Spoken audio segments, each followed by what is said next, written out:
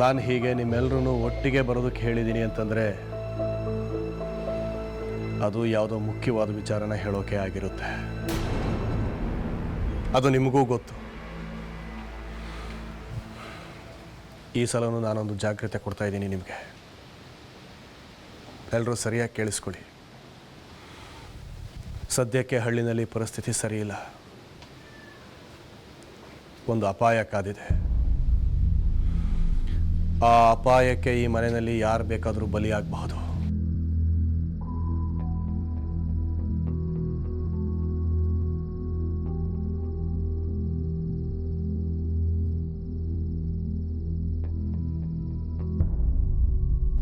ಪ್ರತಿ ಸಲ ನಾವೇನೇ ಮಾಡೋಕ್ಕೆ ಹೋದರೂ ಅದನ್ನು ಕೆಡಿಸೋ ಪ್ಲ್ಯಾನ್ ಇರುತ್ತೆ ಆ ಪಟೇಲನ ಮನೆಯವ್ರದ್ದು. ಆದರೆ ಈ ಸಲದ ಯಕ್ಷಗಾನದಲ್ಲಿ ಬರೀ ಕೆಡಿಸೋ ಪ್ಲ್ಯಾನ್ ಅಷ್ಟೇ ಅಲ್ಲ, ಕೊಲ್ಲೋ ಪ್ಲ್ಯಾನ್ ಇದೆ ಅವ್ರದ್ದು.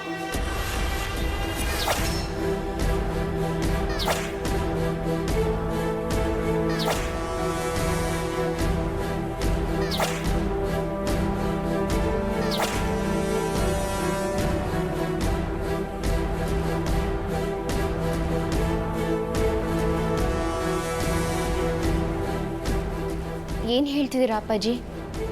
ಹೌದಮ್ಮ, ಈ ಸಲದ ಯಕ್ಷಗಾನದ ಜನರಲ್ಲಿ ಒಂಚು ಹಾಕಿ ಕೂತು ನಮ್ಮಲ್ಲೊಬ್ಬರನ್ನ ಮುಗಿಸೋ ಪ್ಲ್ಯಾನ್ ಮಾಡಿದ್ದಾನೆ ಆ ಗಜೇಂದ್ರ.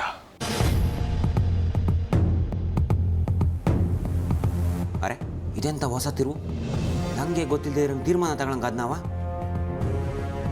ಅಯ್ಯಯ್ಯೋ, ಎಂತ ಹೇಳ್ತಾ ಇದ್ದೀರ ದಣಿಗಳೇ?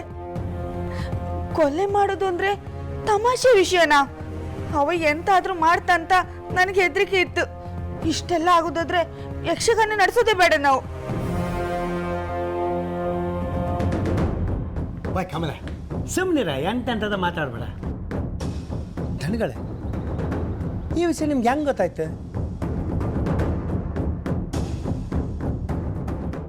ಹೇಗೋ ಗೊತ್ತಾಯ್ತು ರಮೇಶ. ನಮ್ಮ ಹುಷಾರ್ನಲ್ಲಿ ನಾವಿರೋದು ತುಂಬ ಮುಖ್ಯ. ಯಾರೋ ನಮ್ಮನ್ನು ಹೆದರ್ಸೋಕ್ಕೆ ಈ ರೀತಿ ಹೇಳ್ತಾ ಇದ್ದಾರೆ. ನಮ್ಮಲ್ಲಿ ಭಯ ಹುಟ್ಸೋಕ್ಕೆ ಈ ಥರ ಎಲ್ಲ ಪ್ಲ್ಯಾನ್ ಮಾಡ್ತಾ ಇದ್ದಾರೆ. ಅದನ್ನು ತೊಗೊಂಬಂದು ಯಾರೋ ನಿಮಗೆ ಹೇಳಿದ್ದಾರೆ.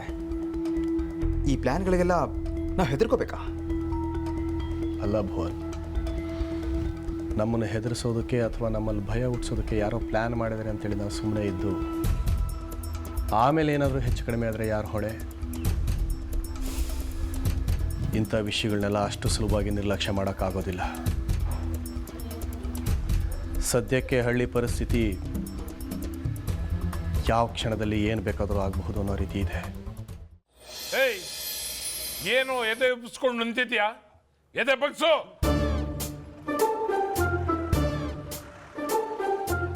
ಏನ್ ದುರ್ಗುಡ್ಕೊಂಡು ನೋಡ್ತಿದ್ಯಾ? ತಲೆ ಬಗ್ಸು.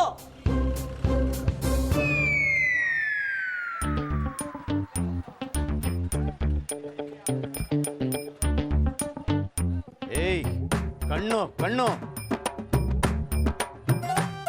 ನಿನ್ನನ್ನ ಈ ತರ ಪದೇ ಪದೇ ಕರೆಸಿ ಶಾಕ್ ಟ್ರೀಟ್ಮೆಂಟ್ ಕೊಡ್ಬೇಕಾ? ಎರಡು ಬಿದ್ರೇನೆ ನಿನ್ ಬಾಯ್ ಬಿಡೋದು.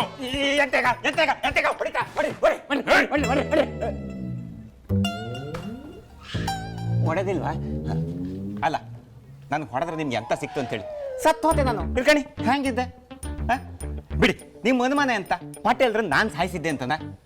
ಅಲ್ಲ, ಶಂಕರಣ್ಣನ ಮನೆಗೆ ಹೋಗು, ಕೆಲ್ಸಕ್ಕೆ ಸೇರ್ಕ ಅಂತ ಹೇಳಿದವ್ರು ಯಾರು?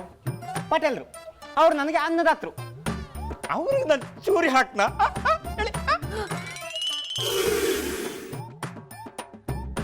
ಒಳ್ಳೆ ಮಾತಲ್ಲಿ ಹೇಳ್ತಾ ಇದ್ದೀನಿ.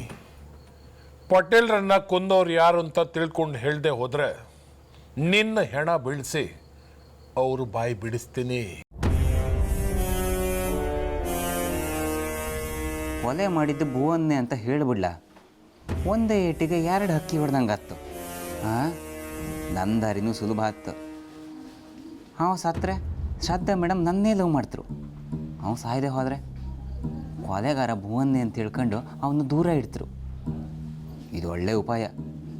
ಭುವನ ಅಂತ ಹೇಳಿಬಿಡ್ತೆ, ಆಗಿದ್ದ ಇಲ್ಲಿ. ಏಯ್, ಏನೋ ನಿಂತಲ್ಲೇ ಕನ್ಸ್ ಕಾಣ್ತಿದ್ಯಾ? ಬಾಯ್ ಬಿಡ ಓತಿ ಕ್ಯಾತ.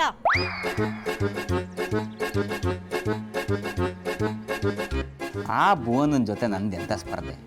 ಅವ ಯಾವ ಲೆಕ್ಕ ನನಗೆ? ಶ್ರದ್ಧಾ ಮೇಡಮ್ ಹೇಗಿದ್ರು ನನ್ನೇ ಲವ್ ಮಾಡ್ತಾರೆ. ಆ ಬೋನ್ನೆಲ್ಲ ಬಿಡ್ತೆ ಹ್ಯಾಂಗ ಒಂದು ಬದುಕಳ್ಳಿ. ನಾಳೆ ನಮ್ಮ ಮನೆ ಹಾಳಾಗಿ ಇಟ್ಕಂತೆ. ಉಗ್ರಪ್ಪ ಇವನು ಒಳ್ಳೆ ಮಾತಿಗೆ ಬಾಯಿ ಬಿಡಲ್ಲ. ಉಸಿರಾಡೋಕೆ ಅವಕಾಶ ಕೊಟ್ರೆ ಅದು ಯಾವುದೋ ಡ್ರೀಮ್ ಸೀನ್ಗೆ ಹೋಗ್ಬಿಡ್ತಾನೆ. ಎತ್ಕೊಂಬಾ ಕೋವಿನ, ಒಂದೇ ಬುಲೆಟ್ಟು. ಪಟೇಲ್ರೆ, ನನಗೆ ಬುಲೆಟ್ ಎಲ್ಲ ಓಡಿಸೋಕೆ ಕಷ್ಟ ಆಯ್ತು. ಬೇಡ, ನಾನು ಸೈಕಲ್ ತಂದ್ರೆ ಹೊತ್ತೆ ಹೊತ್ತೆ. ಏನ್ ಕಾಮಿಡಿನ? ಕಾಮಿಡಿ ಅಲ್ಲ ಅಲ್ಲ, ನಿಮ್ಗೆ ಕೇಡಿ ಯಾರು ಕಮಿಡಿಯನ್ ಯಾರು ಅಂತ ಗೊತ್ತಾಗ್ತಿಲ್ಲ? ಇದು ಕಾಣಿ, ಇದು ಕಾಣ.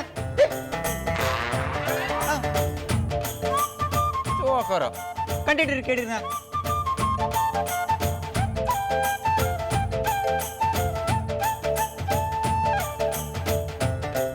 ಕೇಡಿ ನಮ್ಮ ಮಧ್ಯನೇ ಇದ್ದ. ಕಾಮಿಡಿ ಮಾಡ್ಕೊಂಡು ಬೆನ್ನಿಗೆ ಚೂರಿ ಹಾಕ್ತಾ ಇದ್ದ.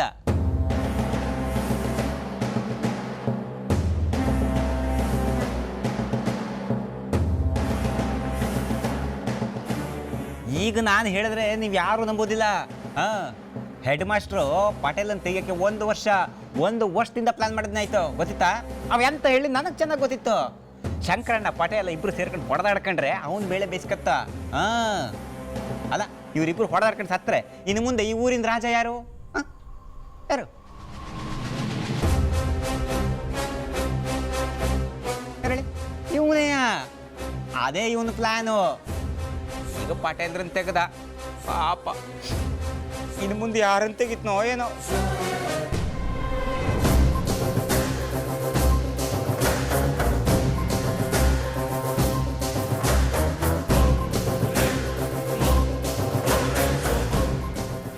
ಎಂತ ಎಲ್ಲ ಹೆಂಗ್ ಗಂಗಾಗ್ ನಿಂತ್ಬಿಟ್ರೆ? ನನ್ನ ಮಾತು ಸುಳ್ಳು ಅಂತ ಅನ್ನಿಸ್ತಿತ್ತ ನಿಮಗೆ? ದೊಡ್ಡಪ್ಪ, ಹೆಡ್ ಮಾಸ್ಟ್ರ್ ಬಗ್ಗೆ ಡೌಟ್ ಬೇಡ. ಈ ಬೊಗಳು ಕುನ್ನಿ ಮಾತು ನಂಬಿದ್ರೆ ನಾಳೆ ನಮ್ಮ ಮಧ್ಯೆ ತಂದಿಡ್ತಾನೆ. ಓಡಿಸಿ ಮೊದಲು ಇವನನ್ನ. ಉಗ್ರಪ್ಪ, ಕಳಿಸ್ರಿ ಇವನನ್ನ. ನನ್ನ ಕೋಪ ನೆತ್ತಿಗೆ ಇರೋದಕ್ಕೆ ಮುಂಚೆ. ತಲೆ ಹಟ್ಟೆ, ಹೋಗ ಅಲ್ಲಿಂದ. ಅಲ್ಲ, ಈಗ ನಾನು ಹೇಳಿದ್ನಲ್ಲ ವಿಷಯ, ಅದ್ರ ಬಗ್ಗೆ ಉಗ್ರಪ್ಪ, ನನ್ನ ಕೋವಿ. ಬೇಡ ಬೇಡ, ಬುಲೆಟ್ ಎಲ್ಲ ಬೇಡ, ನನಗೆ ಸೈಕಲ್ ಇತ್ತು, ಹೋತೆ ಸೈಕಲ್.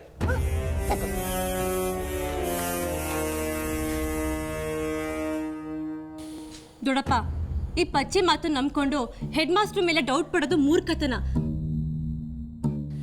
ಶಂಕರಣ್ಣನ ಮನೇಲಿ ಹೆಣ ಬೀಳ್ಸೋ ಐಡಿಯಾ ನಮಗೆ ಕೊಟ್ಟಿದ್ದೆ ಹೆಡ್ ಮಾಸ್ಟ್ರು. ಹೌದು ತಾನೆ? ನಿಜ ತಾನೆ? ಹೌದು ಗಜೇಂದ್ರ, ಹೆಡ್ ಮಾಸ್ಟರ್ದು ಮಾತು ಸ್ವಲ್ಪ ಜಾಸ್ತಿ, ಆದರೆ ಕ್ರಿಮಿನಲ್ ಐಡಿಯಾ ಕೊಡೋದ್ರಲ್ಲಿ ನಿಸ್ಸೀಮ.